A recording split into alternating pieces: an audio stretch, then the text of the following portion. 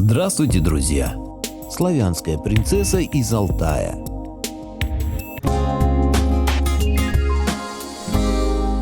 Благодарю всех, кто подписался на мой канал и смотрит мои видео. Ссылка на статью в описании. Автор статьи Мастерок. Принцесса Укока, данная журналистами и жителями Республики Алтай название мумии женщины, обнаруженной в 1993 году археологическим отрядом под руководством Натальи Полосмак в кургане Ак-Алаха-3 на плато Укок, Республика Алтай. Это одно из самых значимых открытий российской археологии конца 20 века.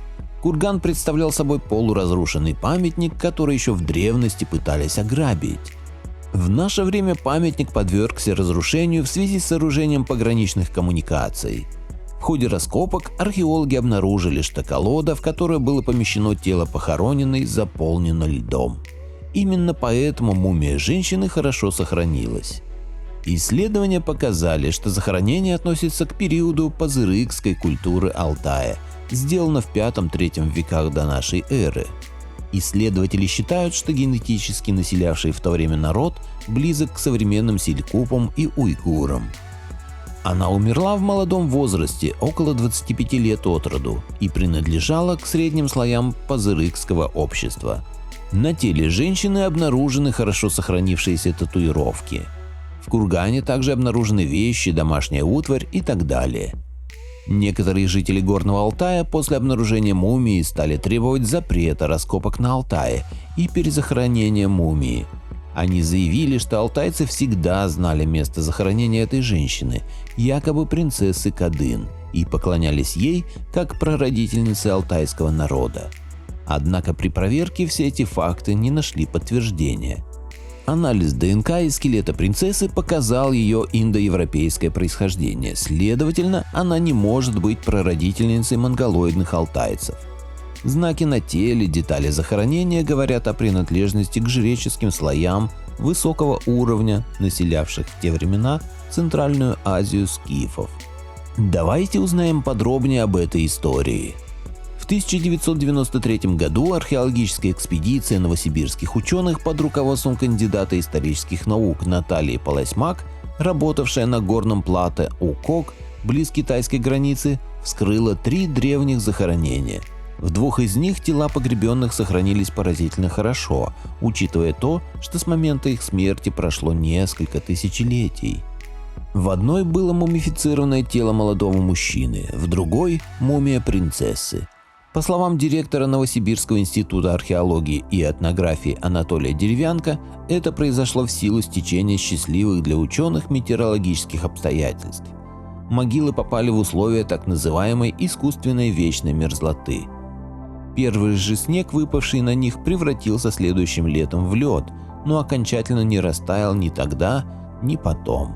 Растаял он только в 1993 году, когда студенты-археологи и пограничники с соседней заставы, из любопытства помогавшие ученым в свободное от службы время, помогли раскидать тяжелые камни и вскрыть погребальные срубы. Если судить по этим могилам, алтайцы того времени, так называемой пазырыкской культуры, копали для своих покойников довольно большую яму. Изнутри укрепляли стенами из бревен, пол выстилали черным войлоком, на который клали ритуальные предметы, и самого покойника в гробу, выдолбленном из толстого ствола дерева. На профессиональном сленге археологи называют этот гроб колодой, а могилу срубом. Фактически это и был подземный бревенчатый дом-сруб, последнее жилье покойного. Плоскогорье Укок является одним из самых труднодоступных природных объектов на юге Республики Алтай. Монгольская Ухэк – буквально удлиненный шкаф-ящик. Массивная гора или крупная возвышенность с плоским верхом. По устному свидетельству Умурзакова, Укок в киргизском употребляется для плосковерхих гор, то есть для плоскогорий. Сапожников так описывает алтайский Укек. Снежная гряда Укека с восточного конца начинается плоской, горизонтально усеченной вершиной, наподобие стола. К западу от нее тянется ряд острых вершин, также совершенно белых. Между ними видны большие снежные поля и несколько ледников в истоках Алахи. По границам плоскогорья проходят государственные границы России, Китая, Монголии и Казахстана. Плоскогорье расположено на высоте 2200-2500 метров над уровнем моря. Над ним в среднем на 500-600 метров возвышаются горные хребты. Максимальная абсолютная отметка горного обрамления плоскогорья – горный узел Табын-Богда-Олла, 5 священных вершин, наивысшая гора которого, Найрамдал, достигает 4374 метра над уровнем моря. Эта гора является после Белухи второй по высоте вершиной в Сибири. В Табын-Богда-Олла сходятся границы 3 государств – России, Китая и Монголии. Плоскогорье известно во многом благодаря находке новосибирского археолога Натальи Полосмак, которая в 1993 году в кургане Ак-Алаха-3 обнаружила хорошо сохранившуюся мумию, получившую название «Принцесса Укока». В последнее время плоскогорье представляет интерес и как место предполагаемого строительства экспортного газопровода «Алтай» из Западной Сибири в Китай. Могу предположить, что строительство этого газопровода уничтожит очень много археологических находок, так как для нашего правительства гораздо важнее деньги, чем история нашей страны. Сейчас уже не установить, кто первый назвал выкопанную в 1993 году древнюю Алтайку принцессой. Академик Анатолий Деревянко рассказал обозревателю РИА Новости, что сам был удивлен, впервые услышав про принцессу Укока. По его убеждению, эта женщина средних лет была весьма среднего достатка и на голубую кровь тогдашнего алтайского нобилитета никак не тянула. Она принадлежала в лучшем случае к среднему классу, для ясности сказал академик. Мужская и женская мумии отправились в Новосибирск, где ими занялись ученые под руководством Натальи Полосмак. В 1997 году Наталья Полосмак защитила докторскую диссертацию «Пазырыкская культура, реконструкция мировоззрения и мифологических представлений», где последовательно описала мужской и женский пазырыкские костюмы, войлок, татуировки, особенности бальзамирования, погребальную посуду и роль женщины в пазырыкском обществе. Только зная это, можно в полной мере оценить дипломатические способности мужа, доктора наук Полосмак, академика Вячеслава Молодина. Действительно, в нашем первом договоре с правительством, который был подписан еще в 90-е годы, было прописано, что мы передаем и часть коллекции, и мумию в Республику Алтай, но после ее изучения, подчеркнул академик на пресс-конференции в Новосибирске. Женщина была похоронена в склепе из лиственницы, установленном на дне ямы. Снаружи ее погребальная колода была украшена кожаными аппликациями, изображающими оленей. Крышка колоды была забита медными гвоздями с круглыми шляпками. На дне склепа поверх специально выложенной крупной гальки и камней был постелен черный войлочный полог, сшитый из нескольких кусков. Женщина лежала на войлочной подстилке с подушкой под головой, на боку в позе спящей и была укрыта меховым покрывалом с аппликациями из золотой фольги в виде растительного орнамента. В ушах алтайской княжны были золотые серьги-кольца. Вся кисть умершей была покрыта жемчугом. Есть на земле места, подернутые пологом тайны, про них слагают мифы и легенды. Уфологи говорят об аномальных зонах, а народ передает странные жутковатые истории.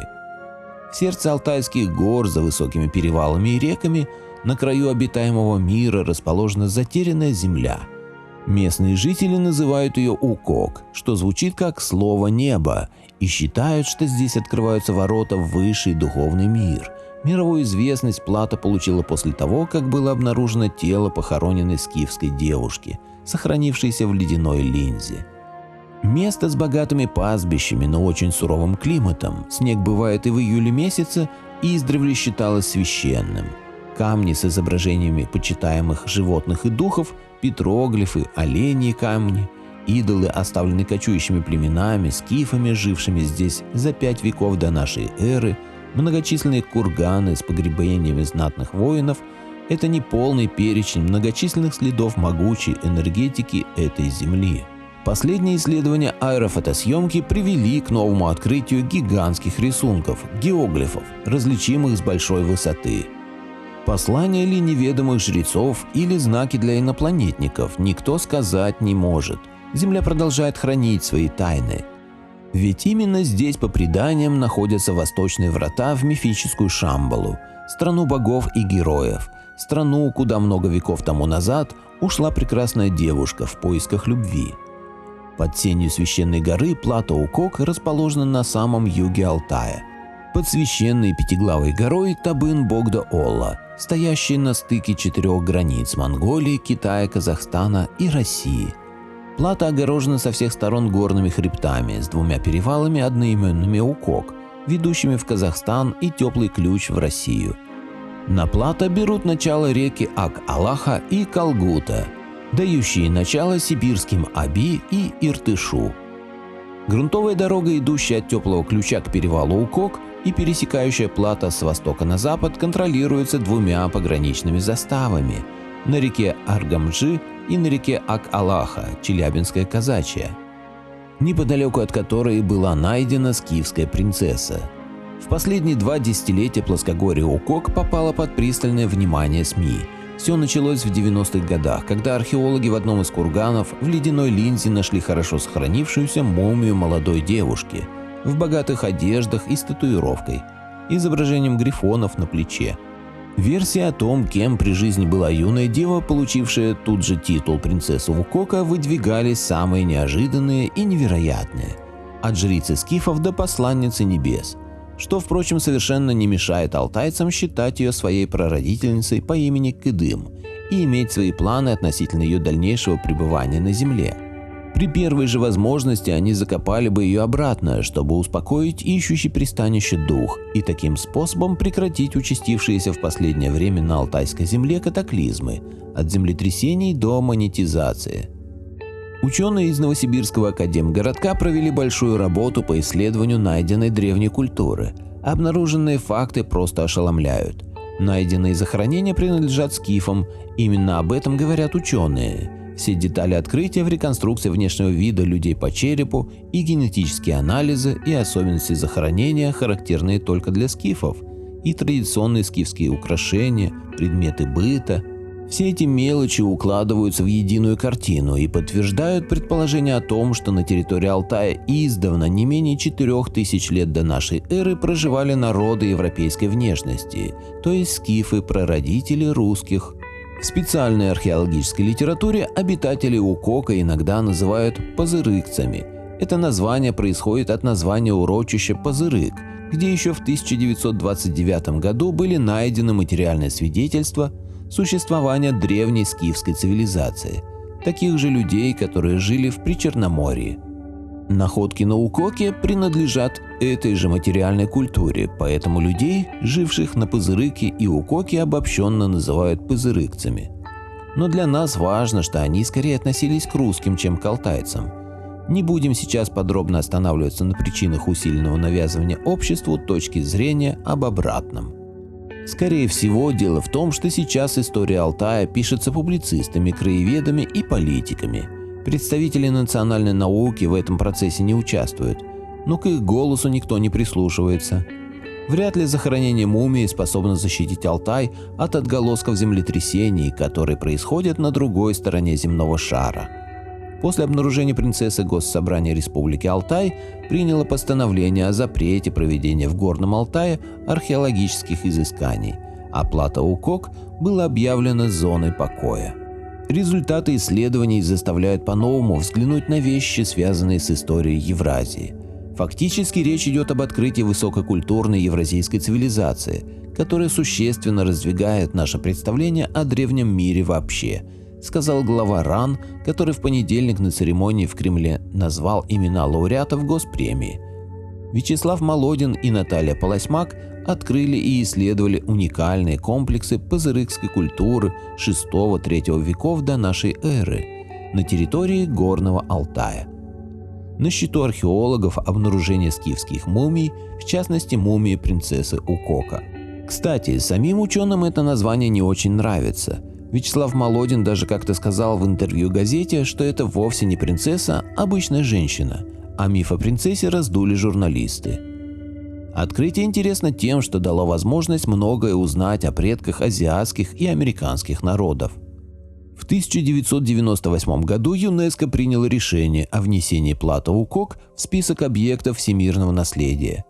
Напомним, что одно из самых ярких археологических открытий прошлого века произошло в 1990 году, когда на Плато-Укок были обнаружены курганы с замерзшими могилами древних людей. В захоронениях были найдены многочисленные предметы – лиственничные колоды и ложа, деревянные подушки, вырезанные из кедра украшения, конская амуниция, детали предметов вооружения, одежда, войлочные ковры, посуда, красящие вещества, остатки растений и семян и многое другое. Были также обнаружены хорошо сохранившиеся мумии людей, женщин и мужчин, на плечи и руки которых нанесена великолепная татуировка. Вмерзшие в лед, они лежали в полном облачении, в меховых шубах, войлочных головных уборах, париках, шерстяных штанах и юбках, войлочных чулках, деревянных и золотых украшениях. Мумии по сей день считаются наиболее ценными находками сибирских ученых. В 2004 году известность мумии с Плато-Укок достигла максимума. В сентябре предыдущего 2003 года Горный Алтай потрясли мощные подземные толчки. От первого из них сейсмографы на единственной в республике сейсмостанции зашкалили за 8 баллов по шкале Рихтера и сломались. Как потом выяснилось, магнитуда землетрясения была 7,3, что примерно соответствует 10 баллам по 12-бальной шкале Рихтера. Толчок почувствовали в 1000 километров от эпицентра в Новосибирском академгородке, где ученых тряхнуло с силой до 4 баллов. Жертв, к счастью, не было даже в эпицентре. Однако повторные толчки после главного продолжались необычно долго. За последующие полгода в Коч-Агачском районе произошло более 300 толчков силой свыше 3 баллов и около 1000 послабее. Каждому, даже далекому от эзотерики жителю района, стало ясно, что без гнева предков здесь не обошлось. Кто-то вспомнил про потревоженную учеными принцессу с Плато-Укока, которая находилась всего в 150 километров от эпицентра землетрясения. Весной 2004 года сначала в районе, а затем и в республике начались митинги с требованием вернуть тело принцессы в родные горы. С большой вероятностью можно предположить, что именно в это время она и получила титул принцессы. Одно дело, когда гневается дух принцессы, совсем другое, когда скандалит представительница среднего класса.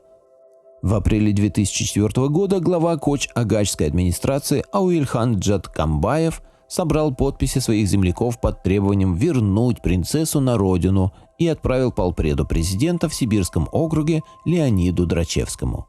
Полпред Драчевский счел ситуацию требующей его личного вмешательства. Прилетев в республику, он пообещал вернуть принцессу Укока на родину к 250-летнему юбилею добровольного вхождения Горного Алтая в состав России, который должен был отмечаться в 2006 году. К этому времени в столице республики должны были создать условия для мумии не хуже, чем у Ленина в Москве, не говоря уже о Новосибирске. Это обещание, а также помощь пострадавшим от землетрясения из федерального бюджета из расчета 431 тысяча рублей на семью сбили накал страстей. Как обычно, людей просто обманули. Не прошло и полгода после этого, как Владимир Путин освободил Леонида Драчевского от должности полпреда. 4 года он побыл зампредом РАО ЕС России и окончательно выпал из большой российской политики. На сегодня его должность называется исполнительный директор Фонда поддержки публичной дипломатии имени Горчакова. Приют для принцессы Укока в Горном Алтае в обещанном 2006 году никто не построил. Последнее предупреждение принцессы людям нашего мира никто не воспринял серьезно. Свое мнение о происходящем она высказала. Недвусмысленный знак она подала, когда министр Кончев собирался на пресс-конференцию в Новосибирск.